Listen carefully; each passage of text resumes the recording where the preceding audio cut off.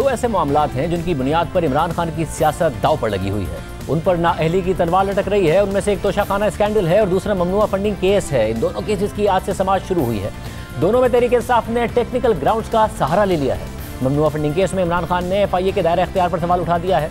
FIA के notice को सख्ती से मुस्तरद कर दिया है, जवाब देने से इनकार कर दिया है। जबकि तोशाखाना रेफरेंस में यह टेक्निकल ग्राउंड इख्तियार किया गया है कि इमरान खान कौमी असेंबली की रुकनीत से इस्तीफा दे चुके हैं।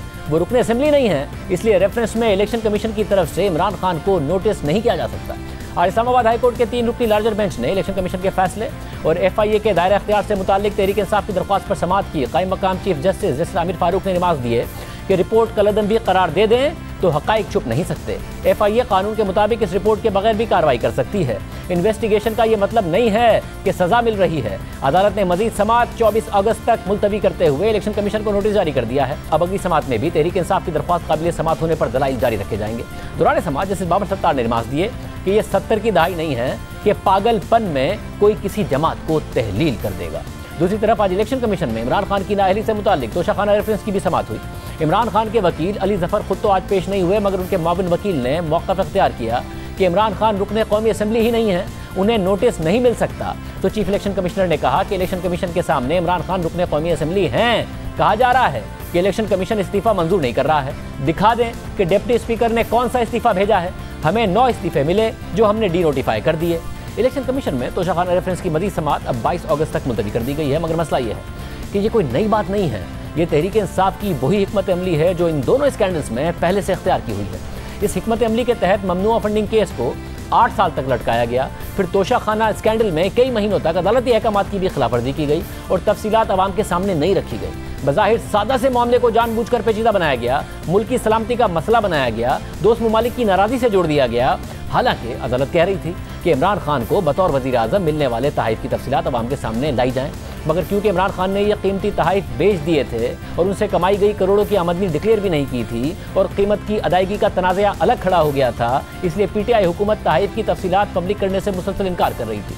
और अब हुकूमती इत्तेहाद ने इलेक्शन कमीशन में तोशाखाना के तहाइफ और उन्हें बेच कर हासिल की गई आमदनी डिक्लेयर न करने पर इमरान खान की नाअहली का रेफरेंस दायर कर दिया है। तो बजाय जवाब देने के तहरीक इंसाफ कह रही है कि इमरान खान रुकने कौमी असेंबली नहीं रहे हैं, इसलिए इलेक्शन कमीशन इस बारे में नहीं पूछ सकता है। तहरीक इंसाफ की मुसलसल कोशिश रही है कि किसी भी तरह से इन दोनों स्कैंडल्स को टेक्निकल बुनियादों पर नॉकआउट करा दिया जाए। इस वक्त ममनुआ फंडिंग केस इमरान खान के लिए दर्दसर बना हुआ है। FIA तहकीकात कर रही है, मगर इमरान खान ने FIA के नोटिस को दायरे इख्तियार से बाहर करार दे दिया है। इसका जवाब देने से इनकार कर दिया है। अब दिलचस्प बात यह है कि जब यह केस 8 साल तक इलेक्शन कमीशन में ज़ेर समाअत था तो तब भी इमरान खान मुसलसल इस हिकमत अमली पर अमल करते रहे। इलेक्शन कमीशन के और स्क्रूटनी कमेटी के दायरा इख्तियार को बार बार चैलेंज करते रहे। यहाँ आपको हक़ाइक़ के ज़रिए ये दिखाते हैं कि क्यों इलेक्शन कमीशन को तहरीक इंसाफ की ममनुआ फंडिंग केस की समाअत मुकम्मल करने और फिर फैसला सुनाने में 8 साल लगे और कैसे तहरीक इंसाफ इस ताख़ीर की वजह बनी रही। 2014 से 2022 तक ये केस इलेक्शन कमीशन में ज़ेर समाअत रहा है। इस अरसे के दौरान 2 चीफ इलेक्शन कमिश्नर आए। पहले सरदार रज़ा खान चीफ इलेक्शन कमिश्नर थे और फिर Sikandar Sultan Raja chief election commissioner बने, मगर तहरीक इंसाफ ने दोनों पर ही जानिबदारी के इल्ज़ामात लगाए। हालांकि सरदार रज़ा खान की सरबराही में होने वाले 2018 के इंतखाबात को इमरान खान तारीख के शफाफ तरीन इंतखाबात करार देते हैं, मगर ममनुआ फंडिंग केस में उन पर अदम एतमाद का इजहार किया और कहा कि उनको तो पीपल्स पार्टी और नून लीग ने मिलकर लगाया था, मगर फिर सिकंदर सुल्तान राजा का नाम खुद दिया और इस केस में उन पर एतमाद का इजहार किया, मगर फिर उनसे भी नाराज़ हो गए। इसके अलावा कभी इलेक्शन कमीशन के सामने तो कभी इस्लामाबाद हाई कोर्ट में इलेक्शन कमीशन के दायरा इख्तियार को चैलेंज किया जाता रहा और कभी दरख्वास्त गुजार अकबर एस बाबर की हैसियत को मुतनाज़ बनाने की कोशिश की जाती रही और यूँ मुसलसल समाअत में रुकावट डाली जाती रही। ममनुआ फंडिंग केस का शुरू से आखिर तक मुख्तसर बैकग्राउंड आपके सामने रखते हैं। तहरीक इंसाफ के बानी रुकन अकबर एस बाबर ने नवंबर 2014 को इलेक्शन कमीशन में PTI की फॉरेन फंडिंग से मुताल्लिक दरख्वास्त दायर की और इसमें बेज़ाब्तियों की शिकायत कर दी। इलेक्शन कमीशन ने अकबर एस बाबर की यह दरख्वास्त समाअत के लिए मंजूर कर ली और बाकायदा समाअत शुरू हो गई। फिर 1 अप्रैल 2015 को इलेक्शन कमीशन ने यह हुक्म जारी किया कि PTI ने अपनी ऑडिट रिपोर्ट में अपने फंड्स और उनके ज़राए की तफसीलात जाहिर नहीं की। PTI ने इलेक्शन कमीशन का यह हुक्म इलेक्शन कमीशन के सामने ही चैलेंज कर दिया और कहा कि इलेक्शन कमीशन के पास तो ये अख्तियार ही नहीं है कि वो तहरीक इंसाफ के अकाउंट्स का ऑडिट करे, मगर इलेक्शन कमीशन ने अक्टूबर 2015 को तहरीक इंसाफ की यह दरख्वास्त मुस्तरद कर दी। फिर नवंबर 2015 को तहरीक इंसाफ ने इस्लामाबाद हाई कोर्ट में इलेक्शन कमीशन के दायरा इख्तियार और दरख्वास्त गुजार अकबर एस बाबर की हैसियत को चैलेंज कर दिया और उन्हें पार्टी से निकाले जाने का मौक़िफ़ इख्तियार किया। फिर यह मुकदमा 1 साल से ज़ायद इस्लामाबाद हाई कोर्ट में ज़ेर समाअत रहा और इलेक्शन कमीशन में केस ताख़ीर का शिकार होता रहा, मगर फिर फरवरी 2017 में इस्लामाबाद हाई कोर्ट ने दोबारा यह मामला इलेक्शन कमीशन को भिजवा दिया और ये कहा कि अदालत को अकबर एस बाबर को तहरीक इंसाफ से निकाले जाने का कोई सबूत नहीं मिला, इसलिए खुद election commission Akbar S Babar की हैसियत को देखे इस्लामाबाद हाई कोर्ट के हुक्म के बाद इलेक्शन कमीशन में यह केस दोबारा ज़ेर समात आया।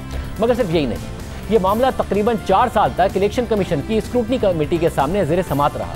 यह कमेटी मार्च 2018 में तहरीक इंसाफ की गैर मुल्की फंडिंग का जायजा लेने के लिए कायम की गई थी और इब्तिदाई तौर पर स्क्रूटनी कमेटी को अपना काम मुकम्मल करने के लिए सिर्फ 1 महीने का वक्त दिया गया था, मगर बाद में इसकी मुद्दत में तोसी होती रही क्योंकि इसकी कार्रवाई और काम में PTI की जानिब से मुख्तलिफ दरख्वास्तों के जरिए मुसलसल रुकावट डाली जाती रही। कभी स्क्रूटनी कमेटी के तरीक़ाकार और उसके दायरे अख्तियार को इलेक्शन कमीशन के सामने ही चैलेंज कर दिया जाता और जब वहाँ से एतराज़ात मुस्तरद हो जाते तो फ़ौरन इस्लामाबाद हाई कोर्ट में अपील दायर कर दी जाती, जिसकी वजह से स्क्रूटनी कमेटी की कार्रवाई आगे न बढ़ पाती और यूँ स्क्रूटनी कमेटी की रिपोर्ट भी ताख़ीर का शिकार होती रही और बिलाखिर रवां साल जनवरी में ये रिपोर्ट जारी की गई और तब जाकर ममनुआ फंडिंग केस अहम मरहले में दाखिल हो गया। खुद इमरान खान ने स्क्रूटनी कमेटी की रिपोर्ट को खुशाइंद करार दिया और ट्वीट में लिखा कि हमारे अकाउंट्स की जितनी ज़्यादा स्क्रूटनी होगी उतनी ही ज़्यादा कौम के सामने हक़ाइक़ पर मबनी वजाहत सामने आएगी कि तहरीक इंसाफ कैसे वो वाहिद सियासी जमात है जिसका डोनर बेस बाज़ाब्ता सियासी फंड रेजिंग पर मबनी है। मगर फिर इमरान खान ने इलेक्शन कमीशन पर जारहाना तनकीद भी शुरू कर दी और अपना वकील भी तब्दील कर दिया। साथ ही तहरीक इंसाफ ने एक और दरख्वास्त के जरिए इस्लामाबाद हाई कोर्ट में इलेक्शन कमीशन पर जानिबदारी और इम्तियाजी सलूक का इल्ज़ाम भी लगा दिया, जिस पर चीफ जस्टिस अतर मिनल्ला और जस्टिस बाबर सत्तार पर मुश्तमिल 2 रुकनी बेंच ने समाअत की और अपने हुक्म में वाज़ेह किया कि अदालत के सामने ऐसी कोई चीज़ नहीं आई है कि जिससे यह तासुर मिले कि इलेक्शन कमीशन तहरीक इंसाफ से मुताल्लिक तासुब या इम्तियाजी सलूक करता रहा है। अदालत ने अपने तहरीरी फैसले में लिखा कि हमारे पास इस मामले पर शक की कोई वजह नहीं है कि इलेक्शन कमीशन में तमाम जमातों से यकसा बर्ताव होगा। रिकॉर्ड पर ऐसा कुछ नहीं है जिससे जाहिर हो कि तहरीक इंसाफ से मुख्तलिफ सलूक किया गया है। यह मुनासिब नहीं होगा कि अदालत गैर मुसद्दिका खदशात पर इलेक्शन कमीशन को हिदायत दे, क्योंकि हम खुद कायल नहीं हुए हैं कि तहरीक इंसाफ किसी भी तरह से तासुब का शिकार रही है। यानी यह वाज़ेह नजर आ रहा था कि तहरीक इंसाफ इस्लामाबाद हाई कोर्ट में अपील दायर करके ममनुआ फंडिंग केस में मजीद इल्तवा चाहती थी, साथ ही इलेक्शन कमीशन को जानिबदार साबित कराना चाहती थी, मगर अदालत मुतमईन नहीं हुई क्योंकि अदालत में कोई ठोस शवाहिद पेशी नहीं किए गए। इस्लामाबाद हाई कोर्ट का यह फैसला 16 जून को आया था और इसी दौरान इलेक्शन कमीशन में PTI के वकील अनवर मंसूर खान और पार्टी के फाइनेंशियल एक्सपर्ट ने स्क्रूटनी कमेटी की रिपोर्ट पर अपने तफसीली दलाइल मुकम्मल कर लिए और फिर 21 जून को इलेक्शन कमीशन में ये इंतहाई पेचीदा तरीन केस मुकम्मल हो गया और उसका फैसला महफूज कर लिया गया और फिर 2 अगस्त को यह फैसला जारी कर दिया गया। इस फैसले में तहरीक इंसाफ पर ममनुआ फंडिंग लेने के इल्ज़ाम को दुरुस्त करार दिया गया और मजीद अहम तफसीलात और हक़ाइक़ सामने आए। इसके अलावा बरतानवी अखबार फाइनेंशियल टाइम्स में गुज़िश्ता दिनों ये खबर आई कि इमरान खान ने जो $2.1 मिलियन सारिफ नकवी की बुटौन क्रिकेट से लिए है उसमें अबराज ग्रुप के पैसे शामिल थे और $12 लाख मुत्तहदा अरब अमारात के वजीर शेख नयान के थे। तहरीक इंसाफ ने इस खबर में बयान किए गए हक़ाइक़ मुस्तरद नहीं किए और हुकूमती इत्तेहाद मुतालबा कर रहा है कि अगर फाइनेंशियल टाइम्स की स्टोरी झूठी है तो इमरान खान बरतानिया में उसके खिलाफ मुकदमा क्यों दायर नहीं करते। इमरान खान खुद माजी में अपने मुखालफिन से ये कहते आए हैं कि वो बरतानिया में जाके मुकदमा दायर करें क्योंकि वहाँ पर तो झूठी खबरों पर केस फ़ौरन साबित हो जाते हैं और केस जीत लिए जाते हैं, मगर वो अभी तक ऐसा नहीं कर रहे हैं। ममनुआ फंडिंग केस में PTI की तरफ से मुसलसल ताख़ीर करने के हवाले से जियो न्यूज़ की रिपोर्टर नौशीन यूसुफ की खबर में लिखा है कि तहरीक इंसाफ ने 30 मरतबा इल्तवा मांगा, 6 बार केस के नाकाबिले समात होने या इलेक्शन कमीशन के दायरा अख्तियार से बाहर होने की दरख्वास्तें दायर की, 9 वकील तब्दील किए। इलेक्शन कमीशन ने 21 बार PTI को दस्तावेजात और माली रिकॉर्ड फराहम करने की हिदायत की। इसके अलावा स्क्रूटनी कमेटी के 95 इजलास हुए जिसमें से 24 बार PTI ने इल्तवा मांगा। दरख्वास्त गुजार अकबर एस बाबर की कमेटी में मौजूदगी के खिलाफ 4 दरख्वास्तें दायर की। स्क्रूटनी कमेटी ने 20 बार ऑर्डर्स जारी किए कि PTI मुतल्लिका दस्तावेजात फराहम करे। सिर्फ यही नहीं, अक्टूबर 2019 में खुद इलेक्शन कमीशन भी PTI के ताख़ीरी हरबों को तारीख की बदतरीन कानून की खिलाफ वर्जी करार दे चुका है। ये तो था ममनुआ फंडिंग केस का मुख्तसर बैकग्राउंड, जिससे यह वाज़ेह हो जाता है कि तहरीक इंसाफ ही की वजह से ये केस 8 साल ताख़ीर का शिकार हुआ और अब भी तहरीक इंसाफ टेक्निकल बुनियादों पर इस केस की कार्रवाई को आगे बढ़ने से रोकने की कोशिश कर रही है।